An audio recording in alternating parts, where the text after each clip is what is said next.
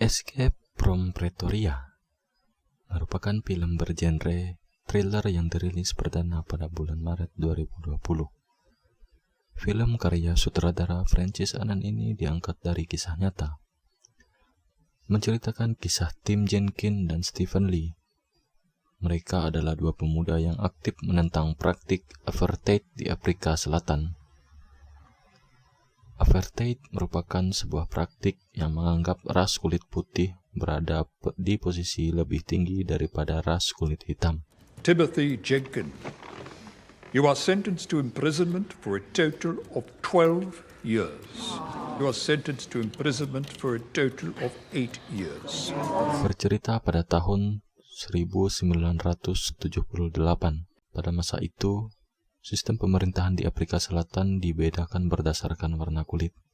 Anak-anak kulit hitam diintimidasi, bahkan ditembak sampai mati.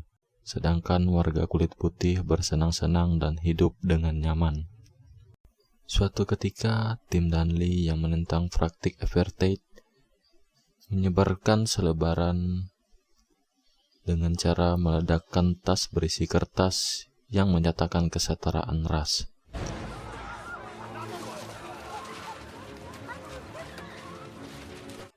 Namun malang, mereka berdua ketahuan dan kemudian ditangkap.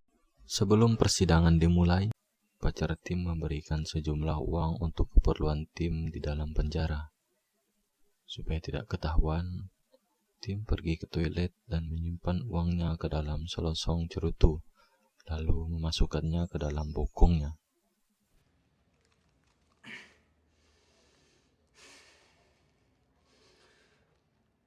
Persidangan pun dimulai. Tim dan Lee dituntut dengan ditemukannya bukti berupa 17 alat yang dibuat secara khusus. Dan tuntutan yang paling berat adalah bahwa mereka menyatakan semua ras itu setara. Dengan demikian, Tim Jenkins dihukum penjara selama 12 tahun selaku perakit bom. Sedangkan Stephen Lee dihukum 8 tahun penjara selaku kaki tangan dari Tim sendiri.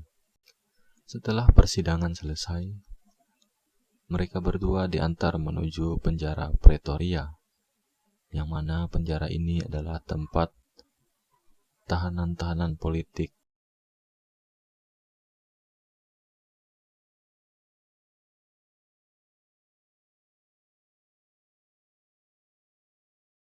Setelah sampai di penjara, sipir pun membacakan peraturan di dalam penjara.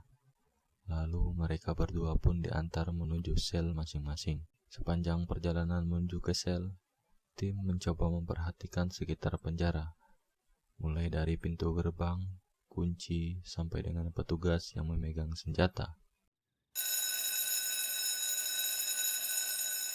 Hari pertama di penjara. Setelah bangun pagi, kegiatan diawali dengan berbaris serentak untuk menuju kantin. Di awal, Tim sedikit kebingungan mencari tempat duduk, karena orang-orang di sana memberikan pandangan yang menakutkan bagi Tim. Beruntung, Tim bertemu Dennis. Lalu Dennis mengajak Tim untuk sarapan bersama.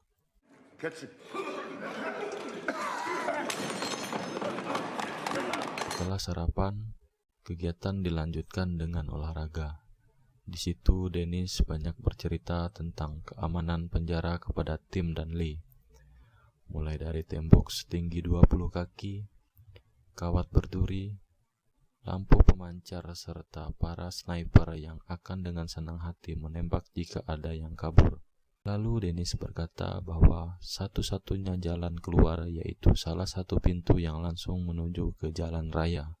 Tidak lama setelah Dennis pergi, datanglah seorang pria bernama Leonard. Ia mengajak Tim dan Lee untuk bergabung dalam misi kabur dari penjara. Hari demi hari berlalu, namun semua ide yang dipikirkan Tim belum menunjukkan hasil yang optimal. Lalu sampailah di hari ke-23, di mana suatu malam Tim kepikiran untuk membuat duplikat kunci. Tim mulai memperhatikan setiap lekukan lubang kunci yang ada di selnya. Keesokan harinya ketika sedang mandi, Tim menyampaikan idenya kepada Lee dan Leonard. Pada awalnya mereka kurang yakin, Tetapi Tim menjelaskan bahwa kuncinya akan dibuat dari kayu dan akan dibuat seperti potongan-potongan kecil supaya tidak mudah patah. Dari situ Tim mulai mencari kesempatan untuk mengamati lebih detail setiap kunci yang dipegang oleh petugas. Di dalam selnya, Tim mulai menggambar bentuk kunci yang dia ingat.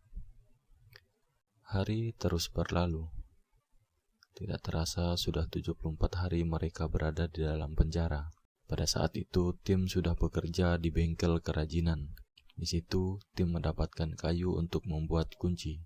Ketika jam kerja berakhir, Tim menyembunyikannya di dalam termos minuman, lalu kemudian dilapisi dengan kain sehingga lolos dari pemeriksaan petugas. Di dalam sel, Tim melanjutkan tugasnya. Ia mulai merapikan kunci yang sudah dibuat. Satu persatu bagian kunci pun selesai dibuat. Sehingga sampailah saat di mana tahap pengujian pertama. Keesokan harinya, ia menceritakan keberhasilan pertama setelah berjuang sekian lama kepada Leonard dan Lee.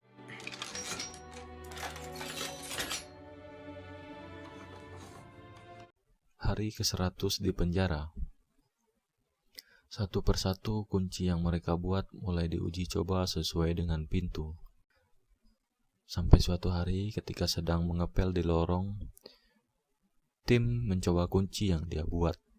Namun kunci tersebut patah. Di tengah kepanikan, Leonard memberitahu bahwa ada petugas yang datang. Tim mencoba mengeluarkan potongan kunci yang tertinggal. Namun, Tim harus berhenti karena petugas datang. Beruntung petugas tersebut tak lama langsung pergi dari situ. Hari ke-142 di penjara. Di tengah perbincangan, Leonard akhirnya mendapatkan ide untuk menyalurkan kunci dengan seutas tali. Namun, rencana itu tak akan berhasil karena tidak ada orang yang akan memutar kunci.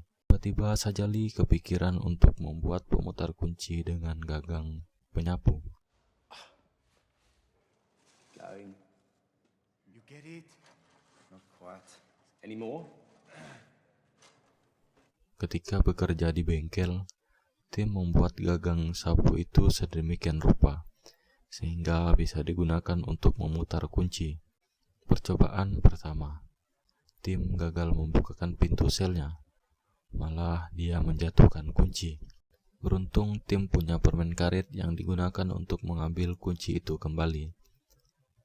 Dengan tekad yang kuat, Tim akhirnya berhasil membukakan pintu selnya sendiri dari dalam.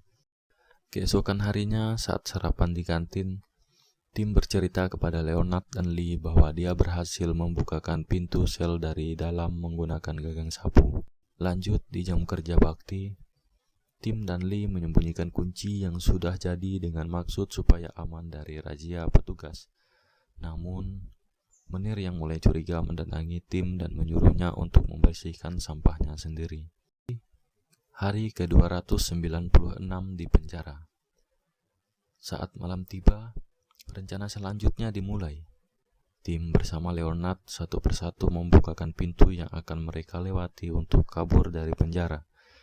Sehingga pada harinya tiba, mereka tidak kesusahan untuk membukakan pintu tersebut. Dimulai dengan pintu sel berhasil mereka buka, terus menuju pintu kedua. Perlahan mereka berdua menuju pintu ketiga. Di saat ingin membukakan pintu, tiba-tiba mereka berdua mendengar suara sipir berpatroli. Beruntung mereka berdua masih sempat bersembunyi di sebuah lemari penyimpanan barang. Setelah dirasa cukup aman, mereka berdua melanjutkan ke pintu ketiga. Lalu lanjut ke pintu keempat. Lagi-lagi, mereka mendengar suara petugas datang. Lalu mereka berdua putuskan untuk bersembunyi, dan setelah dirasa cukup aman, mereka pun akhirnya memutuskan kembali ke dalam sel.